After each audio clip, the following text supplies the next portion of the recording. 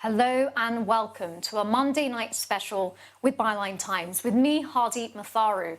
This evening, for the next half an hour, I'll be interviewing our own executive editor, Peter Jukes, as the Russian invasion of Ukraine enters its third week and the story of Russian interference is finally excavated here in the UK. The story that he and other journalists have been working on for the past 8 years. Now, independent investigative journalism has never been more important in these dark times we find ourselves in, where democracy and freedom is under attack. And as we always say, Byline TV is your TV channel. We rely on you to make it work. So if you do like what we do, please do consider supporting us. You can do that by heading over to patreon.com/Byline TV and becoming a member, or you can sign up on YouTube by hitting the join button. And if you do that, there are benefits such as exclusive access and previews to the work that we do, as well as access to our After Dark Q&A, which will take place this evening around 8:40 p.m. And I'll be putting all of your questions to Peter Jukes. So if you do want to ask Peter something, do sign up now, and you'll be able to do that at the end of the show.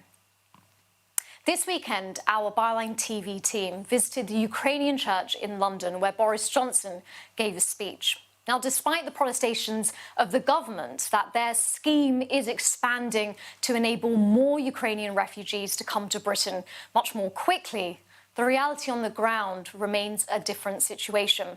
That is what our team found out.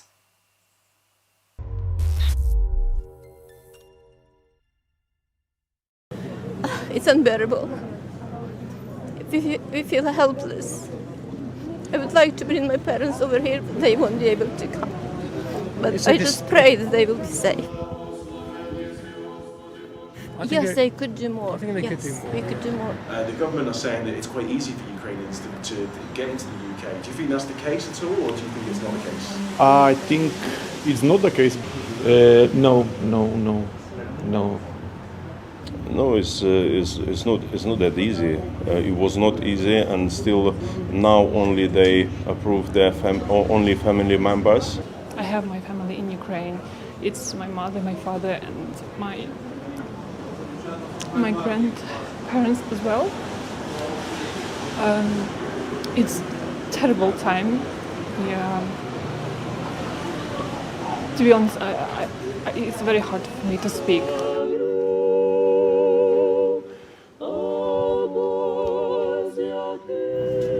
I like it when my children come in here. No, this is not easy because from Ukraine we have to have a visa, and this is not very, very easy. My family, my parents, my one son and granddaughters, everybody stay in Ukraine. Not easy as we expected it would be when the UK government said they will make it simple to get visa. Peter, unusual tonight. The spotlight's on you.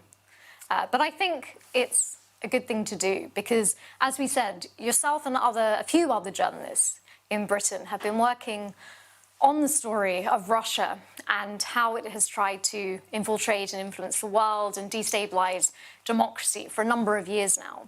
But first of all, let's have a look at how we got to this point. You know, in a rare sort of form of introspection, the political media class in this country finally seems to be waking up to the fact that Putin is a very dangerous man and he threatens Western democracy as a whole.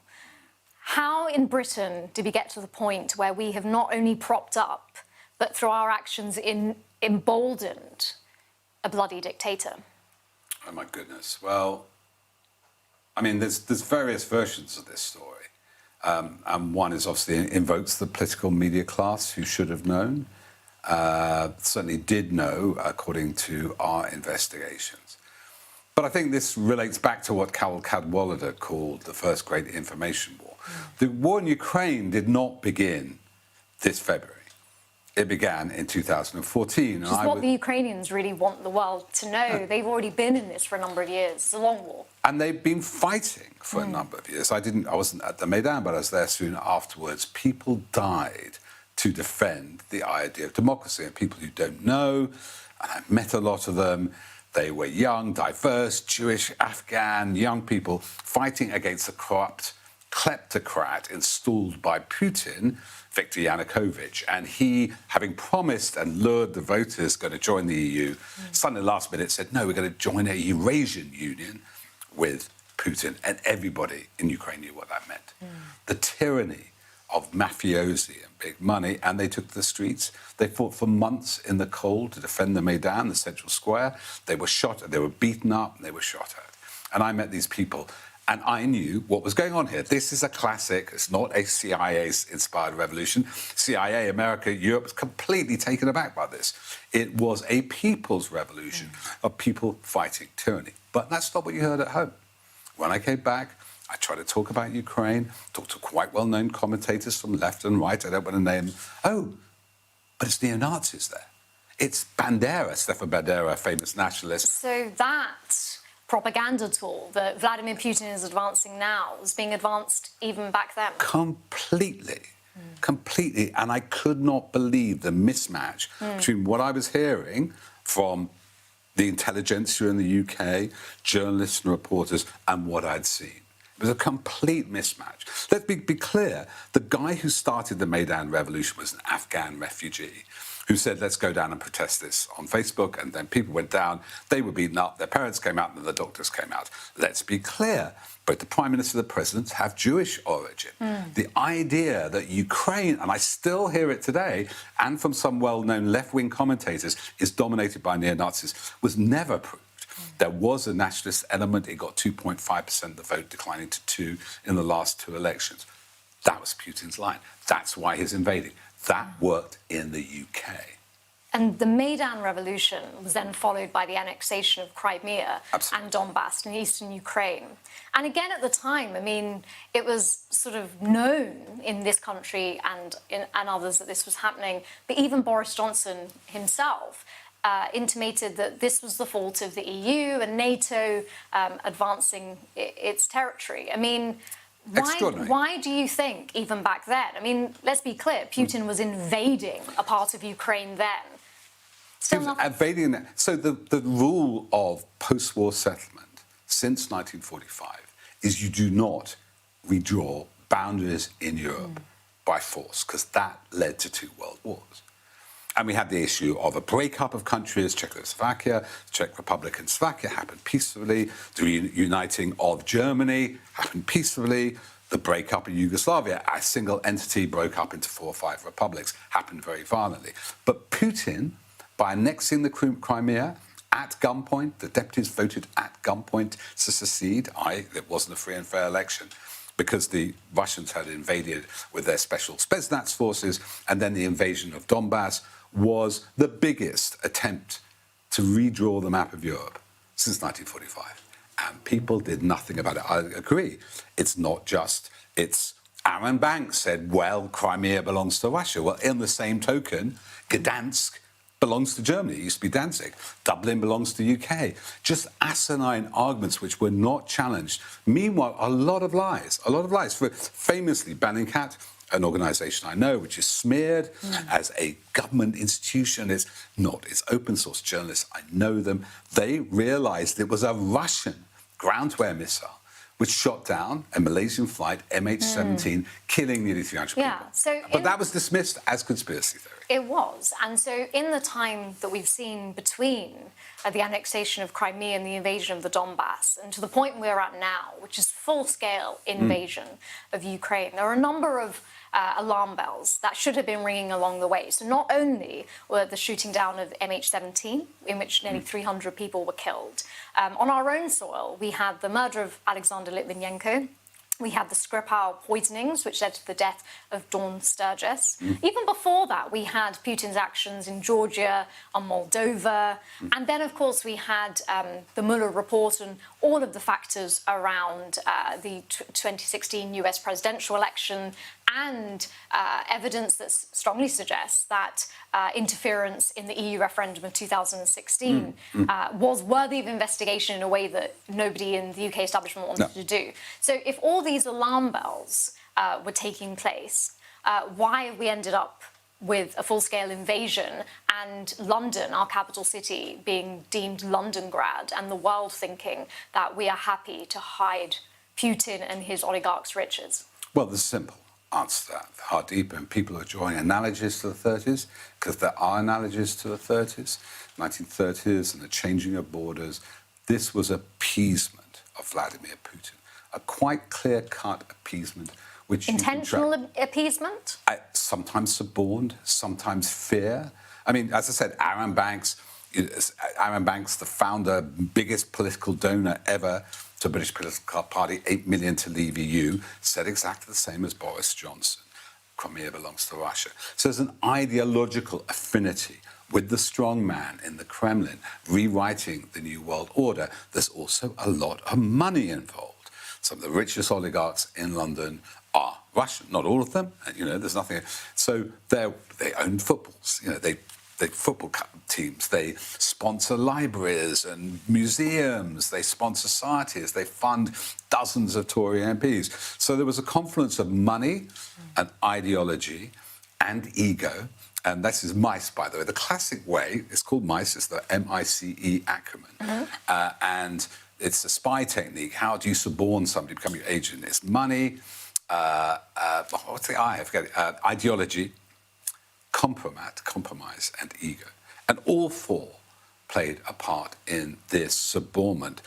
But the tragedy is of all that, I did not want to believe, for example, that I knew what they were doing in Ukraine, I knew what they'd done in Georgia, I knew, because I have Armenian background, what was going on in Nagorno-Karabakh, you know, there's influence in Armenia and the Caucasus. I had no clue that Russia had had an effect in the 2000 Brexit referendum. And I did, just to explain to people, I did see it very, very clearly with Donald Trump. And just to knock this on the head, because I've had several arguments with reputable journalists who say the Russia intervention in America is a hoax. No, what Mueller said, he could not prove to us, level of proof against the president, that he colluded. But there is stacks of evidence from that and the Senate intelligence report. There was a $50 million a year program from just one agency we know about, the Internet Research Agency in the Olgino suburb of Petersburg, which is run by Prigozhin, who runs the Wagner group, a group of mercenaries. They did interfere. But we don't know about the EU referendum because nobody's investigated. Yes, and Boris Johnson said there's not a sausage of interference that he had knowledge of, even though he was Foreign Secretary. I mean, in the past week, you've written quite a definitive article on Byline Times, Vladimir Putin's plot against Britain and how he got away with it, which I'd encourage all of our viewers to read. It's available on bylinetimes.com if you haven't already read it, because it really does draw together many, many threads, which... lots of joining of the dots that, in retrospect, now makes a lot of sense. But if you were to zoom out of it and look at the role Brexit itself came to play, you know, interference happened, it's strongly suggested that that should be investigated. But what has Brexit come to symbolise, not only for people in this country, the political media class who pushed for it, but also as a weapon of sort of information warfare, as a wider method to destabilise the West, which Putin has employed? So don't just take my word for it, anybody at home or you, Hardeep. We have an US Army report saying exactly this. Brexit was the first blitzkrieg in Putin's information war, first successful. I mean, there's elements that he might have interfered in the Indy ref. So this was part of his plan. So the Americans say Brexit and then Trump was the first part of his disruption. Let's clear what this plan is. So you're Vladimir Putin. You feel marginalized. You feel under threat from NATO. You annex part of Ukraine and you invade the rest of it. You don't get very far. Your biggest enemies are NATO, the Transatlantic Alliance, led by the EU, led by the UK and US, and your second biggest enemy is the EU, right? So what could be clearer cut? You know, two birds with one stone. Peel away the UK from the EU alliance and also create a split with the US and the UK with the NATO project. Trump was clearly part of that project. Trump said, I'm Mr. Brexit plus, plus, plus. He knew the same people involved. We had so many of the same players.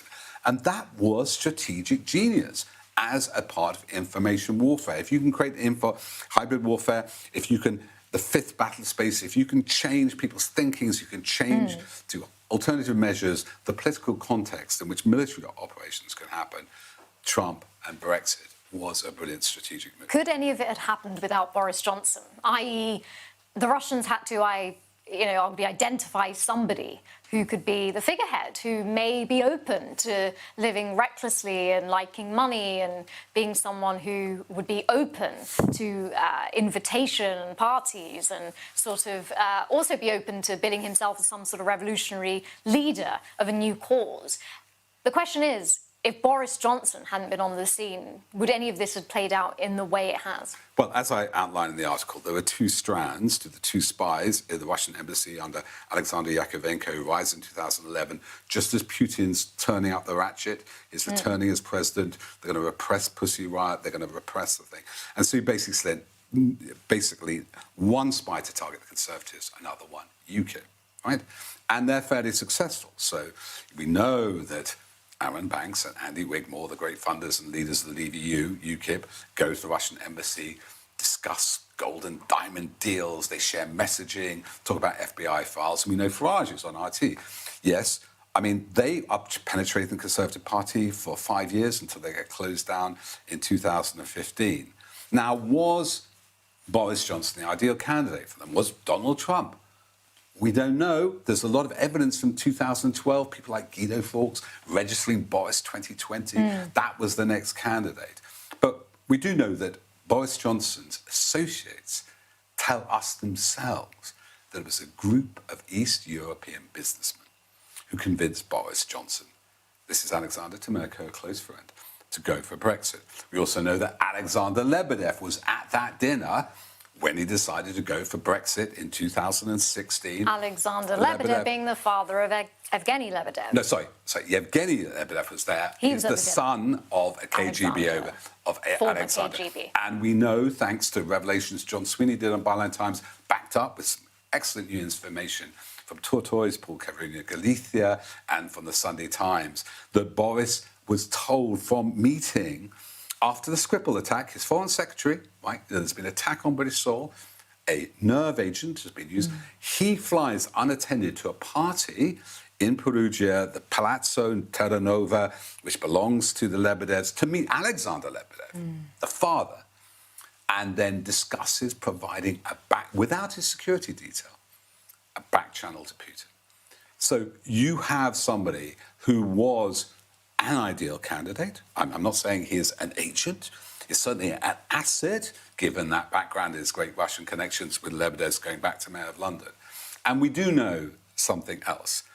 When Boris Johnson is going to be made leader of the Conservative Party, when that's clear-cut in August 2019, Ambassador Alexander Yakovenko is relieved of his duties. He comes back to Moscow to be celebrated, feted, given the Alexander Nevsky Medal for heroes in the field, made head of the diplomatic school there, one of the top jobs. And he says, according to reports, we've crushed Britain. It's down on its knees. It will not rise again for a very long time. So now that people, as I said, are starting to wake up. You know, we haven't gotten there yet completely, but yourself, Carol Cadwallader, and other journalists who've been bringing these issues to the fore for a number of years. You've been dismissed variously. I mean, Carol has received an appalling amount of abuse. It's misogynistic. It is horrendous, to be completely frank. You've been dismissed as conspiracy theorists. You've been dismissed as Ramonas.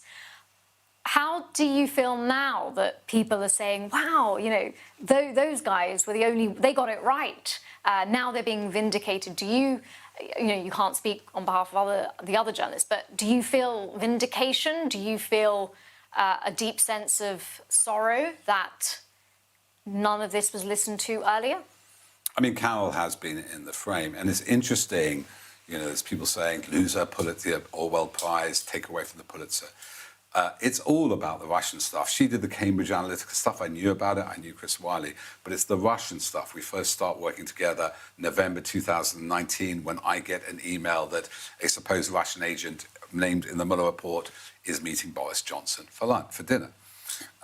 That's where the grief comes on. It's partly automated, but it is enabled by key figures in the British establishment. We know about Guido Fawkes. We know Guido Fawkes, run by Paul Sains, that blog. They work for the Russian government, the Russian embassy. They are parti pris. Their hands are not clean, the least you can say. But the attitude of the mainstream media, Andrew Neil, the insults you get, the BBC, who those key stories of Cambridge Analytica, vote leave wrongdoing, they spiked them by interviewing the people who had received the letters, right, replied 3 days before the articles went out. It is an appalling example of how the political media class in this country has let us down, not just let us down, so that we're penetrated by oligarchs, by compromat and compromised for 8 years, but the Ukrainian people. Because had we done something about this 8 years ago, thousands wouldn't be dying in the cities. We wouldn't be seeing this unexpected invasion. We would have armed them better. We're catching up late.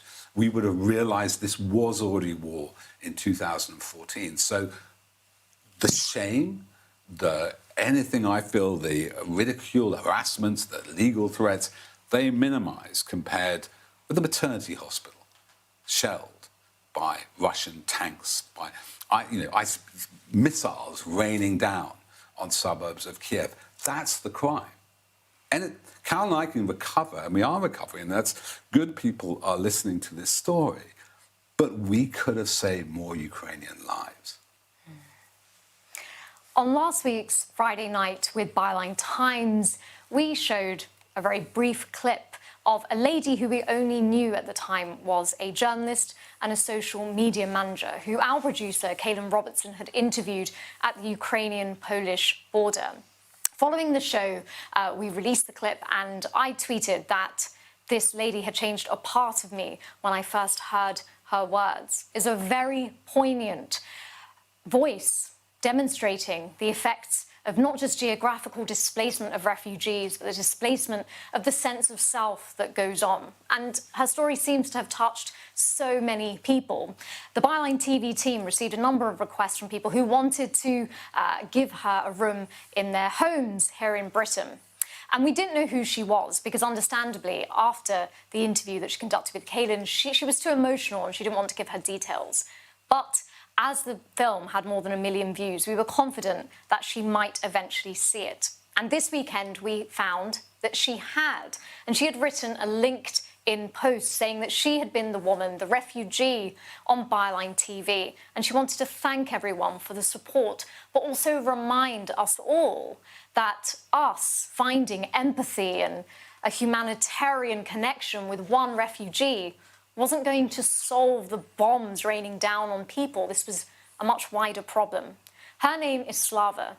Let's take a look one more time at that clip that changed a bit of me and changed a bit of so many of us.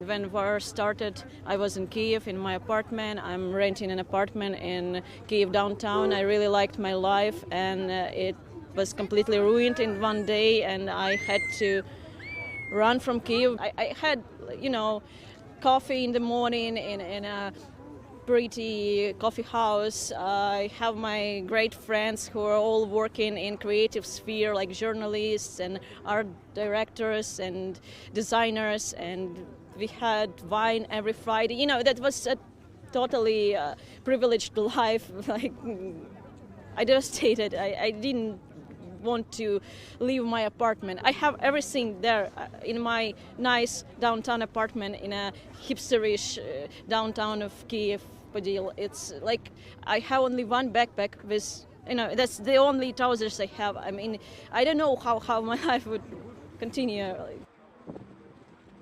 I was studying philology, Ukrainian and general philology, and now I'm working as a social media manager in a news outlet, and I'm still trying to work, and most of my work is in internet, so I'm looking for a Wi-Fi and try to keep working because I need some money.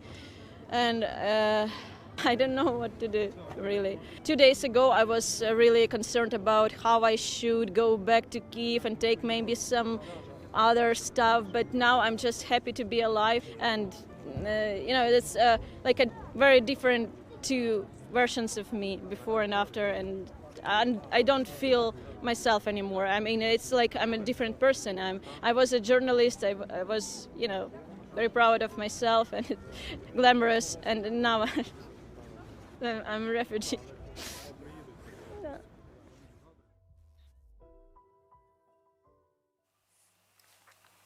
I always feel moved when I hear Slava's words.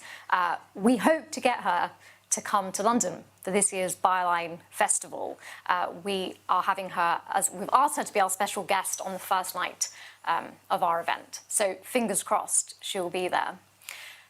Peter, I talked about how a part of me changed when I heard Slava's words. Some of the conversations we've been having in the 3 weeks since the war began, you've been very clear that you feel a deep emotional, personal and psychological connection to the people of Ukraine. I was just wondering how you'd explain we all feel, very connected and all very overwhelmed and in shock about what's happening. Your connection goes, just from the conversations we had, it's slightly deeper. I just wondered if you could explain where you think that comes from and what it's trying to tell you in a way. I don't think it comes from being a better person or a better journalist. I think, as these things affect you, you write a lot about identity.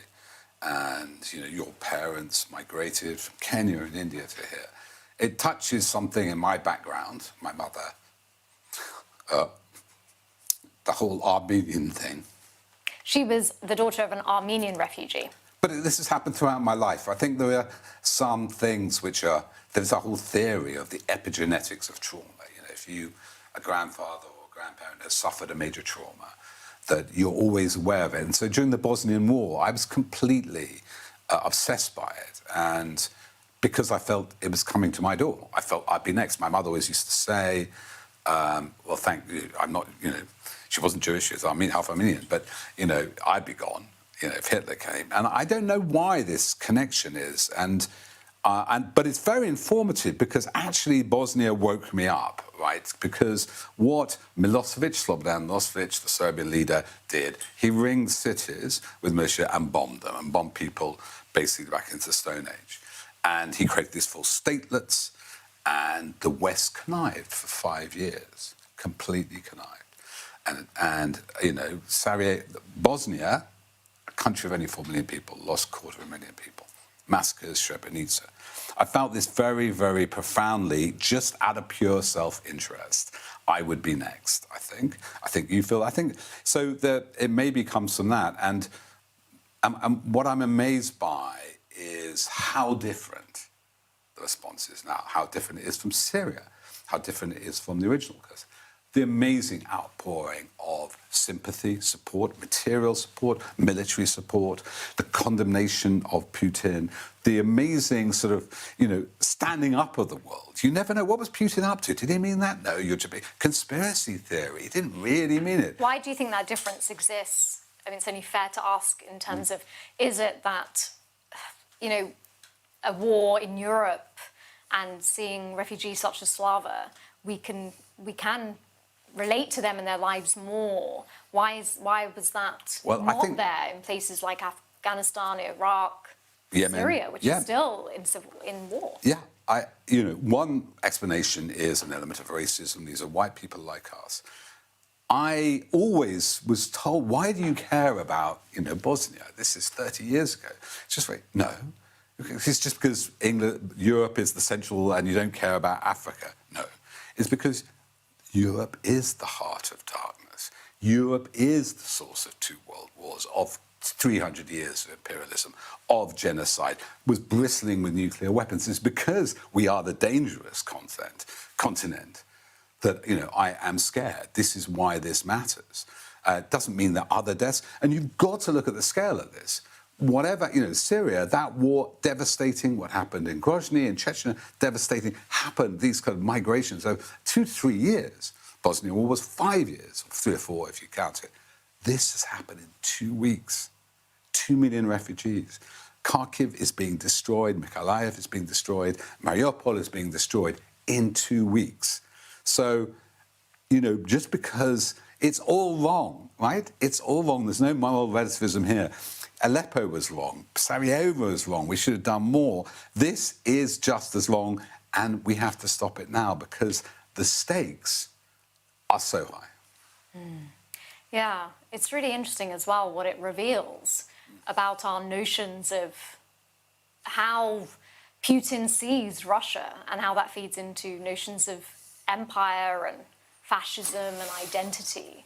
Do you think this war has given us all a chance to reflect on what it is that apparently divides us and where that division goes and can go and go and go? I think this is really crucial. I think, people... I'm always being accused of a liberal. I'm not liberal at all. But I do believe in liberal democracy, that notion of the rule of law, rule-bound, not invading fellow countries, not just might is right, some sort of international system of arbitration. And we've lost the faith in that, lost the faith in NATO. America made some stupid wars in Afghanistan. Should have been a quick operation, went on 20 years, and then they still retreated. Iraq was a catastrophe, wrong mission, the wrong project, destroyed a country. But this is there's not even a scintilla of good intent here. It is genocide. If you're not right, Ukraine, you don't exist. You don't exist. It's not a country. It's just Russians who don't realize who they are. And anybody who resists, anybody who fights back is a non-person. We've seen that kind of genocidal activity, not only in Europe, but particularly in Europe. And this is where we can wake up. Obviously, you have disagreements about foreign policy, about which political party to support. But these are principles going back 200 years of the right to life, the right to a fair trial, the right to free and fair elections. And the Ukraine is being created in the crucible of people trying to destroy it. I think they'll win. I'm pretty sure they'll win. I think this will be a great victory for world democracy and will be a great victory for all of us. We have to support them on that. But the fight couldn't be clearer. And the Ukrainians are fighting for us all. I think it's what Carol Cadwalder wrote in her tweet thread about the first great information war. They may be on the front line of it and suffering immensely, but it's a war that we're all really in. It's an existential war. And a lot of journalists have been fighting in the courts. Well, thank you, Peter. Peter will be back for our After Dark Q&A with myself. If you want to ask Peter anything, please do sign up. As I said, you can head over to patreon.com/Byline TV, and you should receive an email if you have signed up via Patreon to the Q&A. Or YouTube. You can sign up, hit the join button. You should have a members tab and a link there to the After Dark Q&A. Do come and join us and we can continue the conversation. Apologies again that we didn't do our show on Friday, but the benefits of it is that you get 2 nights this week with myself and Peter. We will be back with our regular show at 8 p.m. this Friday with special guests in the studio and beyond. So do tune in there. But we'll leave you with a beautiful clip of a lady playing the piano in her bombed house in Irpin, a suburb of Kiev, which shows all too readily how beauty and destruction sits uncomfortably side by side. See you.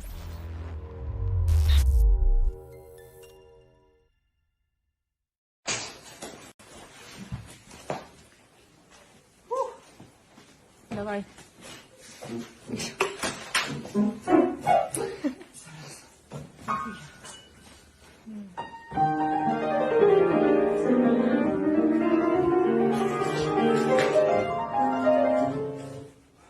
Не получается.